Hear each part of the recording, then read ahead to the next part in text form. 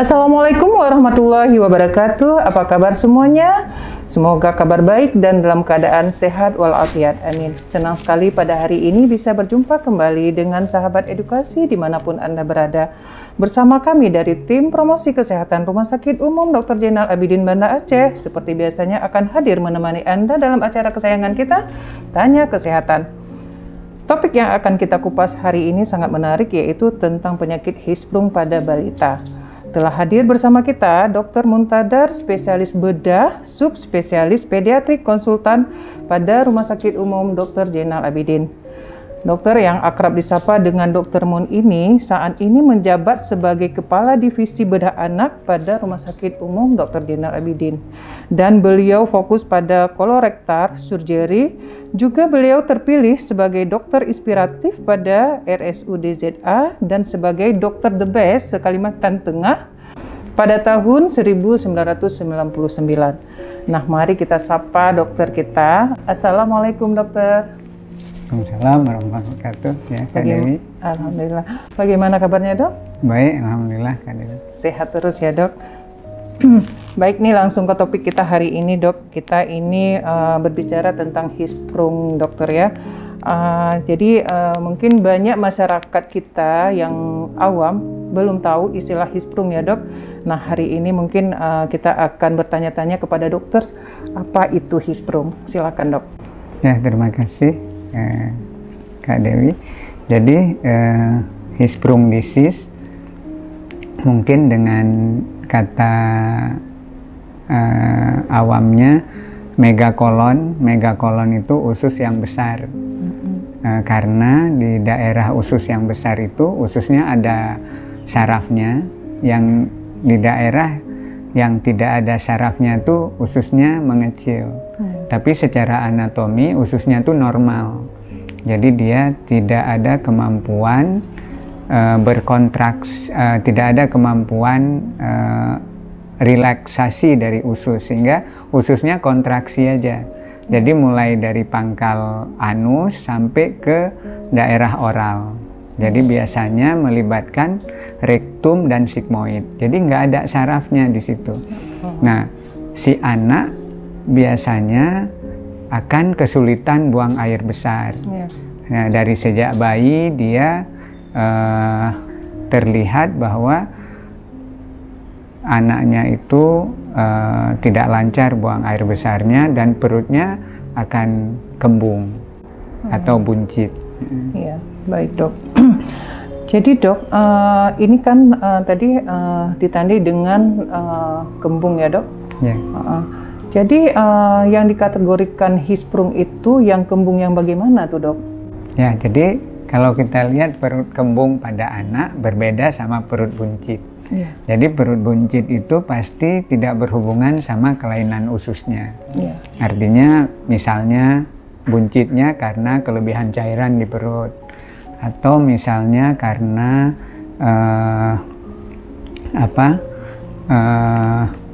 karena kalau dia kembung karena ada pasase usus atau aliran usus yang tidak sempurna. Aliran usus yang tidak sempurna ini bisa disebabkan oleh gangguan mekanik, gangguan karena ada sumbatan di usus itu sendiri, baik di dalam lumen usus. Yang di dalam lumen usus itu bisa karena ada tumor misalnya, kemudian nggak ada anus misalnya, ada sumbatan, atau ususnya tidak terbentuk, itu tersumbat. Kemudian bisa juga karena ekstralumen, karena ada kebentur dari atau tumor dari luar lumen menjepit ususnya, yang buat kembung juga. Kemudian bisa juga karena kepelintir ususnya atau volvulus. Nah, pada hisprung ini dia tidak ada kelainan pada mekaniknya, tetapi pada fungsionalnya yang ada kelainan. Apa tuh fungsionalnya? Tidak ada saraf. Jadi saraf usus itu dia kontraksi, relaksasi, kontraksi, relaksasi, kontraksi, relaksasi. Keluar kita. Nah, seperti kita setiap hari mungkin buang air besar. Jadi normalnya mungkin bisa 3 sampai 1-2 kali pada orang dewasa. Kalau pada anak-anak atau bayi mungkin 4-6 kali per hari. Itu jadi kontraksi, relaksasi, kontraksi, relaksasi, kontraksi, relaksasi, keluar. Nah, bagaimana dengan Hirsprung? Dia nggak ada sumbatan mekaniknya, tetapi dia kontraksi, relaksasi ini nggak ada. Kontraksi, relaksasi nggak ada. Jadi dia kontraksi terus sehingga ususnya menebal, tapi dia usus di bagian kontraksi ini, di bagian distal yang ada relaksasinya, dia akan retensi atau akan ketahan, akan sumbat. Nah, beberapa anak itu nya tuh sering pada Hirsprung ini, tapi dia kembung. Jadi orang tua nggak ngerti, ada kok nya, banyak kok nya. Padahal sampai 10-15 kali sehari sedikit-sedikit perutnya kembung. Yang ada itu bukan yang didorong seperti kita, tapi yang mengalir. Nah, jadi namanya kecipirit. Berarti nggak ada kontraksinya itu, ya dok? Kontraksi ada, yang nggak ada relaksasi. Jadi dia nggak mampu dorong. Sehingga di situ ada zona sempit yang aganglionik yang nggak ada sarafnya, ada zona transisi yang masih tidak ada sarafnya, walaupun ada saraf sedikit-sedikit. Kemudian ada yang megakolon tuh yang normalnya. Nah, makin lama yang retensi itu makin banyak di dalam perut kalau tidak ditangani. Kita bisa kebayang kalau itu ketahan di dalam perut kita jadi apa? Dia akan mudah merusak mukosa usus, jadi enterokolitis. Nanti warna nya tuh nggak lagi kuning, tetapi seperti warna lumpur dia. Nah, jadi warna lumpur itu berbau. Udah itu orang tua biasanya mengeluhkan, dok anak saya kalau nggak pakai dulkolak atau pakai pencair nggak keluar dok.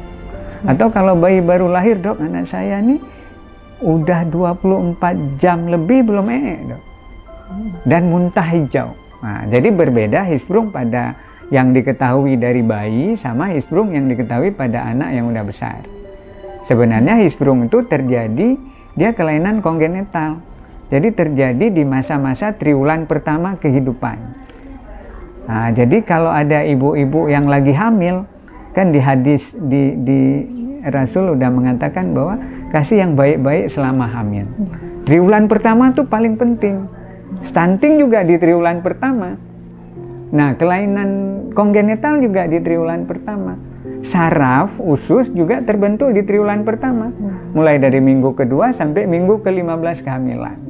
Kalau saraf tidak terbentuk di waktu itu, atau nutrisinya kurang untuk pembentukan sarafnya, misalnya ibunya ada hiperemesis gravidarum, ini udah kita teliti di rumah sakit kita, yang punya hiperemesis gravidarum itu ada 5 kali dia kemungkinan ada Hirsprung. Karena tidak sampai nutrisinya gitu. Karena masih muntah-muntah terus ya dok? Muntah terus, sehingga memang idealnya dokter-dokter kebidanan harus mengkasih suplemen vitamin B terus-menerus pada ibu-ibu hamil dan nutrisi yang cukup. Kenapa di negara maju tidak sedikit Hirsprung? Karena mereka semua ibu hamil dan ibu-ibu yang di cover sama pemerintah, terutama yang tidak mampu. Nah, di kita mungkin juga sudah, apalagi di Aceh, semua di cover pemerintah. Cuma mungkin kita harus maksimal lagi di triwulan pertama tuh menjaga sehingga penyakit-penyakit kongenital pada bayi seperti Hirsprung ini tidak terjadi. Nah, karena bisa dihindari. Kami nggak takut nggak ada pasien. Yang penting pasien bagus dan kita ada untuk nolong pasien itu. Tapi kalau kita bisa hindari pasien, insya Allah bisa bagus. Ya, baik, karena ini penyakit yang bisa dihindari. Nah, memang ada 20% kelainan kongenital yang famili, istilahnya di kongenital yang diakibatkan oleh faktor genetik. Nah, faktor genetik ini cuma 20%. Jadi Hirsprung ini banyak karena mutasi gen. Jadi banyak multifaktorial. Nah, kenapa di Aceh ini tinggi? Bisa jadi kan orang Aceh ini multi etnis. Ada Cina, Eropa, India, Arab. Jadi multi etnik ini. Kemudian mungkin juga relatif daerah kita tuh tidak semaju negara-negara maju gitu. Mungkin itu. Baik dok, bagaimana nih gejalanya kalau anak itu didiagnosa bahwa dia mengalami Hirschsprung, gejala awalnya sehingga kita harus konsul dengan dokter? Ya, jadi kita bagi ada gejala pada masa bayi, ada gejala pada anak besar. Kalau dia baru lahir atau masa-masa neonatus, memang di negara berkembang dan di daerah kita sudah terdiagnosa tuh dengan bagus, sama dengan di luar negeri. Kita bisa mendiagnosa Hirschsprung tuh dari masa bayi. Nah, ini kita cerita gejala bayi dulu. Jadi bayi itu begitu lahir harusnya dia mekonium atau BAB pertama yang warna hitam itu keluar di 24 jam pertama. Pada Hirschsprung itu bisa lebih dari 24 jam sampai 48 jam. Jadi dok, anak saya nggak BAB udah 3 hari dok. Nah ini hati-hati nih Hirschsprung. Nah kemudian kita cari sebab-sebab kenapa dia tidak BAB udah 3 hari. Apa nggak ada anus? Kita lihat dulu anusnya. Oh anusnya ada. Kemudian kita lihat anusnya itu letaknya terlalu ke atas atau terlalu ke bawah. Kalau terlalu ke atas berarti tidak lancar karena inkoordinasi dari gerakan peristaltik. Nah ini juga sebabnya mekanik, jadi karena anusnya tidak pada tempatnya. Kemudian kita lihat lagi ada masalah penyempitan nggak di pangkal ususnya. Nah kalau nggak ada sebab-sebab mekanik ini berarti sebabnya sangat mungkin adalah Hirschsprung. Nah kemudian kita pastikan apa gejala yang lain. Oh si anak muntah hijau. Kenapa dia muntah hijau? Seperti kita cerita tadi, usus itu ketahan di daerah pangkal ususnya yang tidak ada saraf. Nah di daerah rektum atau di daerah kolon sigmoid. Jadi dia kontraksi relaksasi itu nggak ada sehingga ketahan. Sehingga distensi. Distensi itu pasase usus itu balik dia, refleks balik. Sehingga nya itu tidak turun, dia numpuk makin lama. Usus itu kan mengalirkan empedu warnanya hijau, jadi karena dia nggak lancar ke bawah dia balik ke atas, muntah hijau dia. Nah jadi muntah hijau kalau dibiarkan terus muntahnya muntahnya fekal, jadi muntahnya seperti bau Nah, jadi begitu muntahnya. Kemudian si anak ini misalnya mungkin dia distensi perutnya kembung, kemudian kalaupun ada bisa sering atau sedikit-sedikit gitu. Jadi itu gejala khas dari Hirschsprung pada neonatus, pada bayi. Nah, kemudian kalau misalnya kita lihat perutnya itu ada lekukan-lekukan usus, kemudian ada gambaran peristaltik usus, itu juga gambaran lain dari Hirschsprungnya. Kemudian kalau dokternya akan memeriksa anus, biasanya anusnya juga menyemprot, BAB-nya nyemprot. Nah kemudian kalau pada anak besar bagaimana? Nah anak besar itu pasti dia keluhannya bisa perutnya kembung. Kemudian bisa jadi perutnya juga tidak kembung, tapi selalu pakai dulkolak. Nah itu udah satu gejala. Kemudian dia konstipasi kronis. Jadi kita pasti orang tuanya, dok anak saya tuh BAB-nya bisa seminggu sekali. 2 minggu saya pasti dulkolak. Berarti dia ada riwayat laksansia kronis, ada riwayat pemakaian pencahar. Dok, ada kelainan nggak anak saya dengan keluhan begitu? Umurnya 4 tahun misalnya. Saya udah bawa kemana-mana dok. Dia minta operasi karena dia bilang Hirschsprung. Bisa nggak dioperasi? Ya, saya bilang, ibu kan udah diminta operasi, ibu nggak mau. Selama ini pakai dulkolak. Kan udah 4 tahun ibu pakai dulkolak. Jadi seumur hidup pakai dulkolak ya kalau nggak dioperasi. Syukur kalau nggak ada kelainan komplikasi lain gitu. Nah jadi sebaiknya memang kita operasi. Jadi gejala itu ada konstipasi kronis, ada riwayat laksansia kronis, tidak ada muntah biasanya pada anak besar, tapi dia senyum hisprung. Kadang perutnya kembung, senyum-senyum, nggak ada masalah. Nah, tapi dia BAB-nya nggak lancar. Baik dok. Jadi kalau kasus di Rumah Sakit Umum Zainal Abidin nih dok, kalau hisprung itu seberapa banyak kasusnya dok? Jadi kalau kita baca di literatur, hisprung itu 1/5.000 per tahun. 1/5.000 ya dok? Ya. Itu di JK dari ya, kelahiran dok? Hidup, enggak di dunia. Oh, dunia. Di Zainal Abidin, karena rata-rata pasien kita itu setahun bisa 100 sampai 120 dengan jumlah angka kelahiran di antara 5 juta penduduk kita yang sekarang, kita udah hitung kayaknya angka di Zainal Abidin itu 1/1.800. Oh, tinggi ya dok. Jadi sangat banyak. Iya. Nah, hisprung di kita. Rata-rata kita operasi di sini hisprungnya bisa sebulan itu bisa 10 atau 15. Oh iya. Dan alhamdulillah Kak Dewi, kita di sini one stage operasi. Jadi satu tahap operasinya melalui transanal, baik dia bayi maupun anak besar.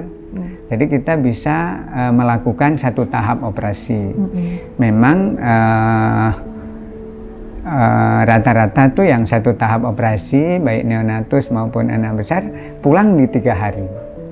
Nah itu nanti teknik operasi mungkin nanti kita jelasin lagi. Jadi outcome kita lumayan bagus, Bu Dewi, sama dengan angka di buku hampir 95% outcome-nya. Alhamdulillah. Alhamdulillah. Jadi minta-minta kita bisa membantu terus pasien-pasien hisprung. Yang kita juga heran kenapa di Aceh ini tinggi, mungkin karena multi etnik tadi. Iya, faktornya ya. Nah dok, ini kan dilakukan operasi one stick tadi. Jadi berapa lama proses operasi tersebut dok? Jadi one stage itu kalau untuk neonatus, bayi-bayi yang baru lahir, biasanya kita operasinya, ini sebelum kita operasi dulu, bagaimana kita tegakkan diagnosanya. Jadi tadi kan gejala-gejalanya kalau untuk neonatus tuh ada muntah hijau, kemudian distensi perut, kemudian BAB-nya bisa sering atau BAB-nya tidak keluar, perutnya kembung. Kemudian kita udah curiga nih, curiga bahwa pasiennya hisprung. Kita lakukan foto barium enema. Barium enema itu untuk mengetahui, barium enema itu untuk neonatus biasanya kita pakai kontras enema. Jadi dimasukkan zat kontras dari anus, kita lihat zona sempit, zona transisi, sama zona dilatasi. Jadi zona sempit itu yang tidak ada sarafnya. Zona transisi itu yang masih ada saraf sedikit-sedikit tapi masih nggak bagus, dan zona dilatasi itu yang udah normal. Nah, jadi dari situ kita bisa lihat nanti ini hisprungnya jenis apa, ultrashort yang sangat pendek di bawah 5 cm, short segment di bawah dari usus. Jadi usus itu ada ada rektum, sigmoid, ada kolon descendent. Nah, antara descendent sama kolon transversum itu ada flexura lienalis namanya.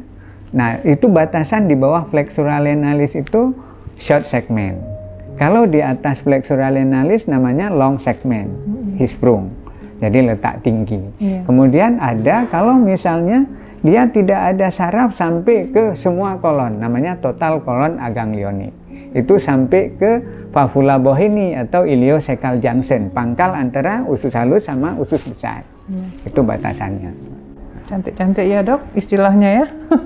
Berarti lama proses operasinya tergantung kasusnya ya dok? Umumnya pada neonatus lama operasinya 1 jam. 1 jam ya. Jadi rata-rata kita operasi 1 jam dan alhamdulillah dia minum di pasca operasi kita rata-rata early feeding. Jadi 6 jam atau 3 jam tuh udah kita kasih minum. Insya Allah. Kemudian dia rata-rata pulang di 3 hari.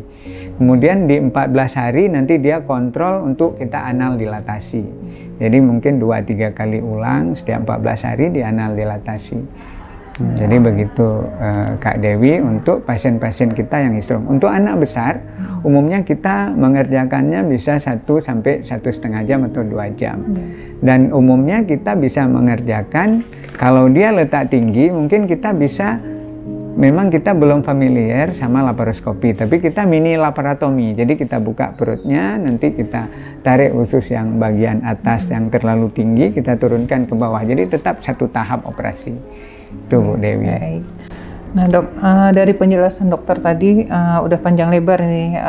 Jadi selain belajar sebagai konsultan di FKUI tentang bedah anak ini, dokter mendapatkan ilmu tentang bedah anak ini di mana aja nih dok? Jadi kemarin kan Zainal Abidin itu ada beasiswa, Ya. siapa yang punya letter accepted di luar bisa belajar. Jadi saya memilih Cincinnati Children's Hospital sebagai tempat saya belajar. Jadi Dimana saya itu, Dok? di Cincinnati Children's Hospital, Ohio. Jadi saya belajar di sana sekitar 2 bulan dengan Dr. Jason Fraser di sana. Dulu di situ ada pennya, ada McLeod, tapi beliau udah pindah ke Nationwide Hospital McLeod. Kemudian Dr. pennya udah pindah ke Colorado. Tapi saya selalu juga mengikuti pembelajaran dari Colorado melalui Zoom. Dan kemudian saya 2 bulan di Cincinnati belajar sama Jason Fraser. Kemudian saya itu di 2016 2 bulan, di 2017 dan 2018 saya belajar di Nationwide Hospital Columbus dengan McLeod. Jadi saya lihat bagaimana beliau melakukan transanal endorektal full through, bagaimana beliau menangani pasien-pasien kolorektal. Jadi itu yang membuat kita semangat membantu anak-anak di Aceh ini dengan ilmu yang kita udah ya insya Allah mungkin mirip-mirip mereka kerjakan dengan alat-alat yang ada di Zainal Abidin ini, yang kita punya harmonic scalpel, kita punya ligasur, kita punya stapler. Jadi hampir semua alat-alat itu kita punya. Jadi kita udah bisa, dan beberapa alat itu memang diberi sama McLeod untuk membantu rumah sakit kita. Ya. Alhamdulillah dok ya, jadi ilmunya update terus ya dok. Ya, insya Allah. Baik. Ini yang terakhir nih dok, ada tip untuk ibu-ibu agar anaknya terhindar dari hisprum. Nah, jadi hisprum ini kalau dia belum mau operasi, yang paling penting adalah wash out. Wash out itu apa? Begitu kita mendiagnosa hisprum, tadi kan diagnosanya dengan barium enema udah tahu. Kemudian kita biopsi, lakukan biopsi. Untuk neonatus atau di bawah 1 tahun kita lakukan suction biopsi. Di rumah sakit kita bisa. Kemudian ada full thickness biopsi untuk di atas 1 tahun. Kenapa kita lakukan suction biopsi dan full thickness biopsi? Jadi kita melihat ada nggak saraf di submukosa. Di submukosa itu orba, kemudian di muscularis itu Meissner, ya, di Meissner di submukosa dan orba di muscularis, ya. Jadi itu yang saraf yang ada di submukosa, sehingga pada neonatus itu kita bisa dapat dengan suction biopsi aja itu diisap, nanti diambil di 2 cm, 3 cm, sama 5 cm dari anus. Itu kita ambil jaringan sedikit aja, sekitar 0,3 mili atau 0,5 mili jaringannya. Kemudian diperiksa, ada nggak saraf, ada ganglion enggak. Kalau nggak ada ganglion berarti benar ini hisprum. Dan di center-center yang maju, mereka bisa menggunakan cholinesterase, karena di daerah yang tidak ada ganglion tuh banyak cholinesterasenya. Nah kemudian kita bisa full thickness biopsi, itu 3 cm dari anus, kita ambil jaringan sedikit. Nah beberapa pasien yang ultrashot mungkin dengan full thickness biopsi bisa membantu untuk lancar. Mungkin begitu Bu Dewi. Baik, terima kasih dokter penjelasannya pada hari ini. Kemudian wash out tadi ya. Wash out tadi ibu-ibu itu biasanya kita ajarin cara wash out. Dia siapin kateter, kemudian siapin SPED 50, siapin NaCl, siapin jelly. Kemudian nanti posisi anak dalam posisi litotomi. Jadi kakinya pahanya beradu ke daerah dadanya, kemudian anusnya itu kita masukkan kateter, kemudian kita berikan NaCl, kita semprot ke dalam, kemudian kita harus melewati daerah yang nggak ada saraf sehingga lancar keluarnya. Jadi ibu-ibu ini kita ajarin sampai dia mau operasi.